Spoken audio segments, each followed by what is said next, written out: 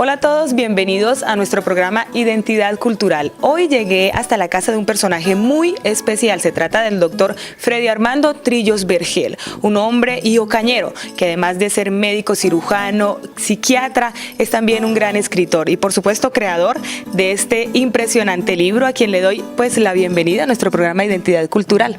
Hola Karina, ¿qué tal? Saludos a toda la teleaudiencia de Azucat TV San Jorge. Arranquemos con una pregunta básica. Usted es médico, cirujano, psiquiatra, ¿y por qué se interesó entonces por las letras? No, desde muy temprano, desde inclusive cuando hacía el bachillerato en el Colegio Nacional José Eusebio Caro, nació como la vocación por la temática folclórica y sobre todo por la temática del folclor literario. Hay que hacer una claridad en cuanto a la palabra folclor, que es el saber del pueblo. El folclor como tal tiene que tener algunas características, tiene que tener tradición, tiene que ser popular, tiene que ser típico, empírico y vivo. Dentro de todo ese contexto, el vocabulario que se ha venido recogiendo desde hace más de 35 años, se enmarca dentro de este contexto, dentro de este contexto cultural. Posteriormente, con la estadía en Bogotá, con el paso por la Universidad Nacional, quedaban cerca las bibliotecas, quedaba cerca el Instituto Caro y Cuervo, se podían obtener las etimologías, cada palabra, y se fue haciendo mucho más fácil, digamos, estos menesteres. Del sur se le conoce como chocatos. De las muestras folclóricas del norte de Santander, del doctor Lucio Llega a nuestro programa Identidad Cultural porque obviamente es una persona que escribe muy bien, muy detalladamente y que hace un estudio a cada uno de sus escritos. Pero hay un libro muy especial y que definitivamente le llama la atención a todos los ocañeros y es El Ocañol. Bueno, háblenos, ¿dónde nace el ocañol? Primero, en la mente, ¿dónde, cuándo? Bueno, el ocañol nace aproximadamente hace 30 años, ¿sí? Se comenzó una labor de búsqueda, una labor de acopio. Básicamente es de una labor de traducción de la boca del campesino, de la boca de la persona ocañera, sobre todo ocañero raizal, y se iban anotando todas esas acepciones, todos esos vocablos, para encontrarles luego, digamos, la diacronía. La diacronía es como la historicidad de la palabra, ¿sí? De dónde viene la palabra, cuál es su etimología. Nosotros sabemos que el castellano, el español es riquísimo en eso, procede básicamente, es una lengua romance que procede del latín, pero tiene una cantidad de vertientes que han llevado sus aguas, digamos, a ese gran océano que es el castellano. Nosotros tenemos parte del vasco, parte del árabe, parte de los celtíberos, los fenicios. Es importante todo eso. De todas maneras, hace 26 años se logró ya una compilación y se sacó aproximadamente unas 900 acepciones en un libro que se denominó Voces y Expresiones en la provincia de Ocaña. Ya con el trabajo como médico a mí se me facilitaba porque uno sabe, ¿no?, de que las joyas dialectales, digamos, el oro en paño está en este momento está en las veredas, están en los pueblos, no tanto aquí en Ocaña porque se ha perdido mucho por la emigración de la gente, por el desplazamiento, gente que viene de otras regiones, que traen otras formas de hablar, otras formas de comunicarse. Entonces, el campesino, digamos, el paciente, trae su palabra y uno, digamos, va haciendo acopio de eso, de esas huellas dialectales, y posteriormente se le hace el estudio de la palabra, ¿sí? El ocañol, digamos, pues es un término como para unificar una región, no tanto la provincia de Ocaña, porque la provincia es un concepto político, ¿sí? La región ya es un concepto más que todo lingüístico, ¿sí? es un concepto lingüístico, implica también dentro de la región poblaciones que no están dentro de la provincia, por ejemplo González y Río de Oro, pero sí pertenecen a la región de Ocaña. Todo eso se cobija, inclusive alcanza algunas regiones de Villacaro, algunas regiones de Cáchira, digamos del municipio de Cáchira, y todo eso se ha hecho una recopilación que es ya en lo que viene en el Ocañol, que aproximadamente ya se están generando unas 3.000 vocablos, 3.000 acepciones, y después de la salida de este libro llevamos más o menos una copia de unas 300 palabras nuevas para unas próximas ediciones, porque es un lenguaje vivo, ¿no? Un lenguaje que se está moviendo, que todos los días está cambiando, que van apareciendo nuevas palabras en desuso, digamos acá en el casco urbano de Ocaña, ¿no? Pero que todavía perviven en regiones rurales. Doctor, sabemos que el proceso de investigación hizo que usted viajara a diferentes puntos de la región de Ocaña, de esa región a la que usted menciona. ¿De pronto recordaría palabras exactas que haya descubierto en determinado tipo de región o en determinado lugar? Sí, o sea, la provincia y la región de Ocaña se ha recorrido ya completamente, ¿no? Últimamente pues con algunas restricciones pues por los problemas de seguridad, pero se puede decir que toda la provincia, toda la región se ha recorrido, ¿no? Es importante aclarar que, digamos, la forma de hablar del ocañero, hablando como región, tiene unas características únicas dentro del contexto nacional. La modalidad, el modo de hablar del ocañero, ¿sí?, es completamente singular, es único en Colombia, ¿no? Hay otras formas de hablar, hay mucha diversidad, digamos, dentro de la unidad del español colombiano, pero nosotros tenemos una forma de hablar diferente, ¿sí? Ni mejor, ni peor, ni igual, pero sí diferente. Eso nos singulariza a nivel nacional. Uno ve que se utiliza mucho la inflexión, que se utiliza mucho la tonadita, el cantadito que llama uno, ¿sí? Eso lo da, digamos, el encerramiento geográfico que tuvo Ocaña, ¿sí? Ocaña es una región muy montañosa. ¿Qué les pasó? ¿No hay agua?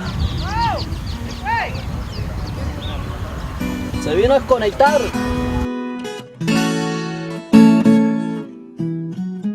Uno veía que en ciertas regiones, por ejemplo de Acarí, en ciertas regiones de Aspasica, donde hay mucha montaña, los campesinos tenían que utilizar mucho el agudo, mucho la palabra cortada, mucho la taquifemia, casi que hablan es como una taquigrafía gramática, ¿sí? Una taquifemia, no completan palabras, pero eso es importante para comunicarse, digamos, de cerro a cerro. ¿Sí? Si uno utiliza el lenguaje normal, el lenguaje académico, y uno hacía ese experimento de un cerro, digamos, que quedaba a 500 metros pasando una hondonada, al otro lado, si se utiliza uno el lenguaje académico, no se oía, ¿sí? Los ponía uno ellos a hablar como ellos hablan y se oían perfectamente.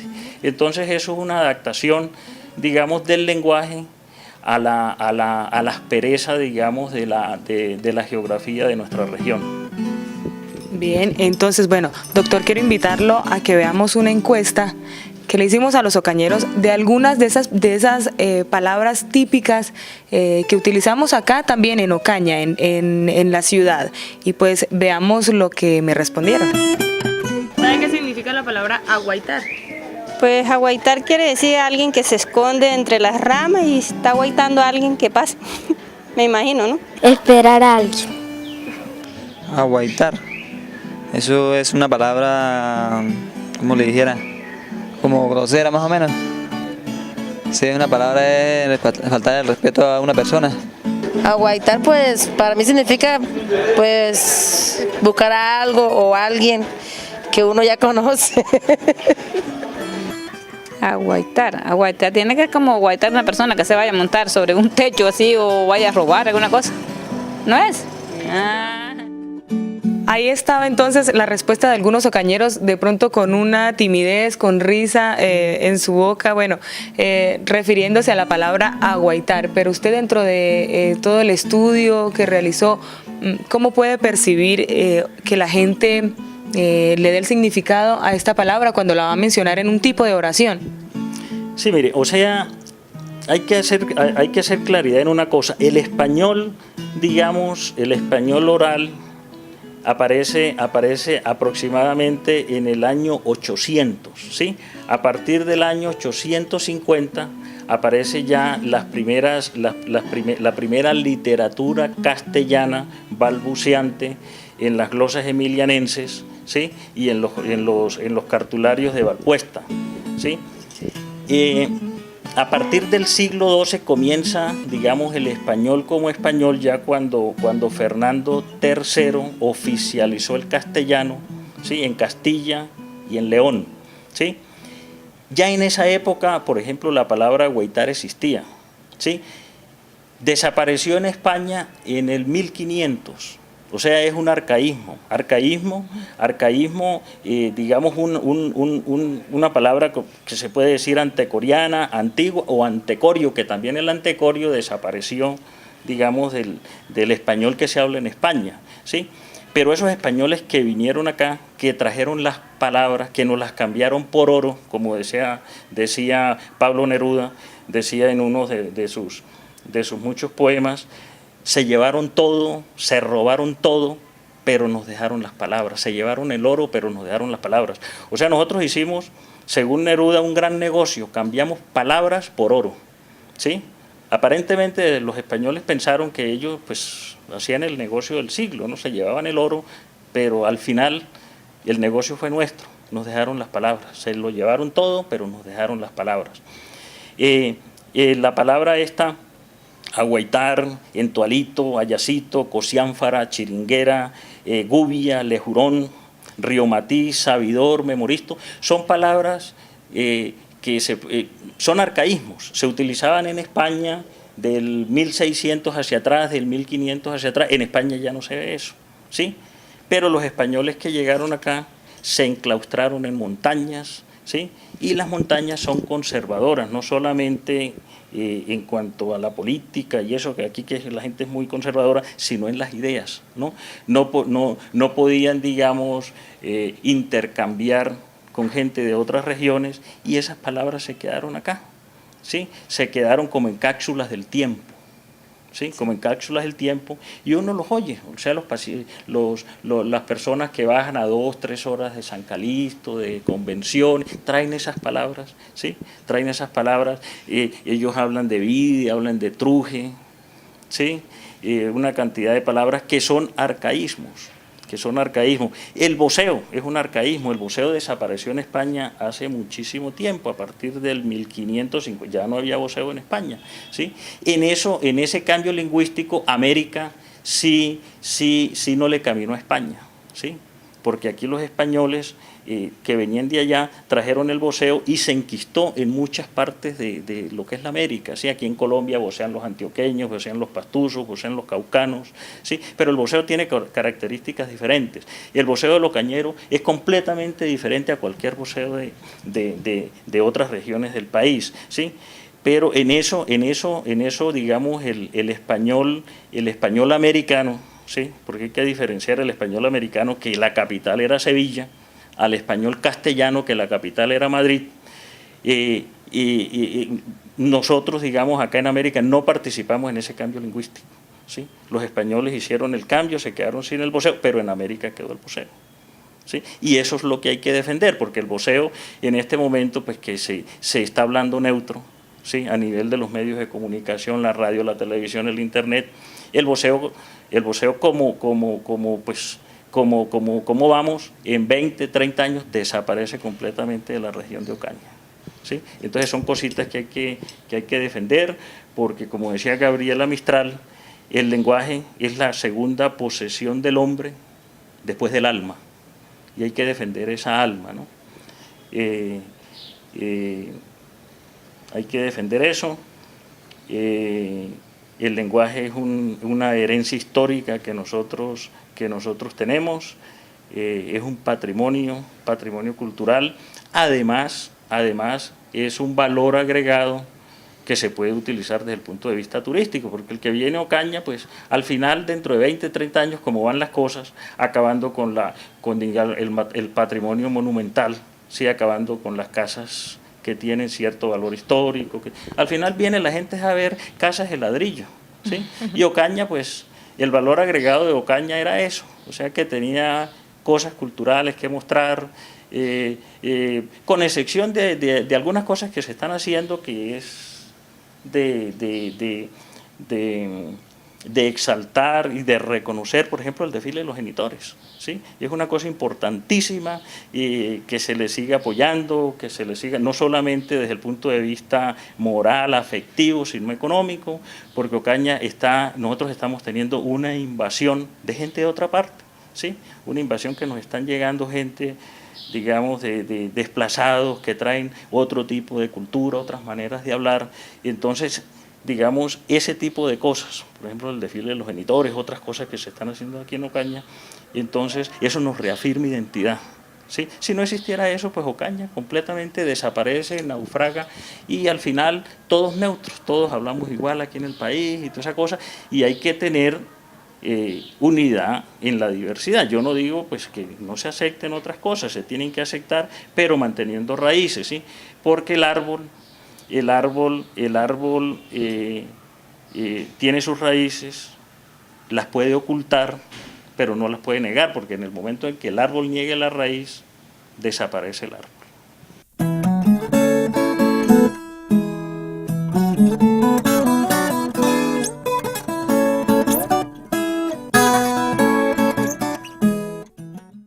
La gente pedía, sí, porque la gente se identifica con eso, o sea, la gente se identifica con los vocablos, como hablaba la abuelita, como hablaba, pues claro, porque es que eso nos crea identidad,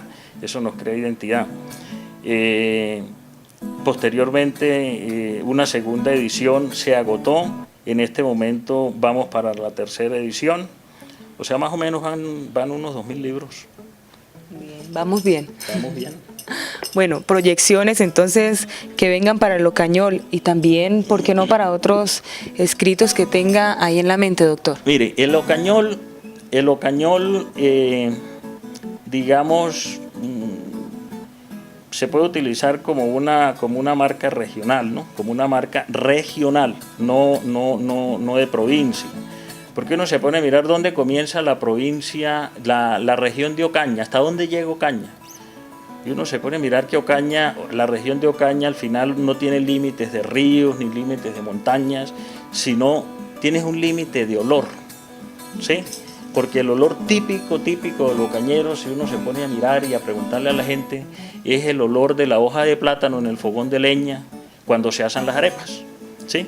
Uno se va, digamos, uno comienza en las tardes, digamos 4 o 5 de la tarde a bajar por la cuesta de San Invilla y uno comienza a mirar esas casitas, ¿sí? Y uno entra y si hay olor, digamos, de la hoja de plátano en el fogón de leña cuando todavía son ocañeros. En el momento, todavía estamos en Ocaña, en el momento en que eso desaparece, la arepa no huele a nada, ¿sí? La arepa huele neutro, como se dice, no tiene olor. Entonces puede ser arepa ya antioqueña, arepa costeña, arepa santandereana, pero no tiene olor. El olor típico, digamos, de la arepa ocañero la da la hoja de plátano, ¿sí? En el fogón de leña. Entonces es una forma de marcar territorio, ¿sí? Uno se va, digamos, a 4 o 5 horas de Ábrego, ahí casi hasta Cáchira, en el momento en que ya no tienen esa práctica, ya no es Ocaña. Ya comienza a ser un territorio diferente, ya hacen la arepa diferente, así la hagan muy parecida, pero ya no tiene el olor. Pues es muy difícil, por ejemplo, hacer ya ese tipo de prácticas aquí en Ocaña, digamos, hacer arepas, porque no hay hojas de plátano, ¿no? Pero eso no se puede perder, ¿sí? Porque ese es un olor que nos identifica, que nos llega, que no hay ningún ocañero que no sepa en un momento dado definirse con ese olor, ¿no? Recordar cosas, ¿sí? porque a través del olfato nosotros nos vamos a la infancia, nos vamos a una cantidad de recuerdos, nos vamos sí, al recuerdo de la abuela, al recuerdo de una cantidad de cosas. El olfato nos lleva a eso, y ese es un olor muy típico, ¿no? Y eso la gente lo valora y la gente lo quiere. No olvidar que la región de Ocaña comprende aproximadamente 250.000 habitantes con una modalidad de habla propia que nos identifique en el país, ¿sí? Y que merece ser reconocida como un patrimonio lingüístico de Colombia. No me queda más que invitarlos a que lean este libro, de verdad es espectacular. Se encuentra uno con palabras muy tradicionales, con otras que tampoco, pues de pronto uno no conocía, pero está muy chévere. La invitación en nuestro programa de hoy definitivamente es a que lean El Ocañol. Bueno, los dejo con más de nuestra programación, pero nos vemos dentro de 8 días con más de esto que es Identidad Cultural.